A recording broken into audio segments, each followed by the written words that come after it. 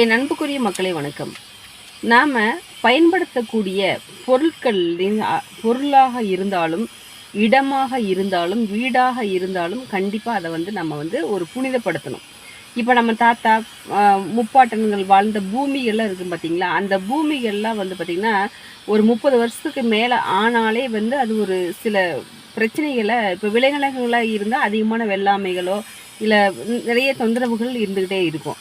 இப்போ நீங்கள் இந்த மாதிரி தருணத்துல எல்லாம் பார்த்தீங்கன்னா அந்த பூமியை புதுப்பிக்கிறது ரொம்ப நல்லது. அந்த பூமியை ஒரு தெய்வ கடாட்சத்தை நீங்கள் அந்த பூமியில் இறக்கி விட்டீங்க அப்படின்னா நிச்சயம் விளைச்சல் அப்படிங்கிறது நிறையா இருக்கும். ஏன்னா நிறைய கண்டிஸ்டிகள் நிறைய பல வருடங்களாக ஆண்ட ஒரு பூமி.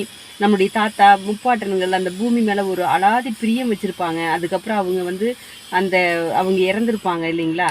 இந்த மாதிரி சுச்சுவேஷன்ல எல்லாம் பார்த்திங்கன்னா அந்த இடத்த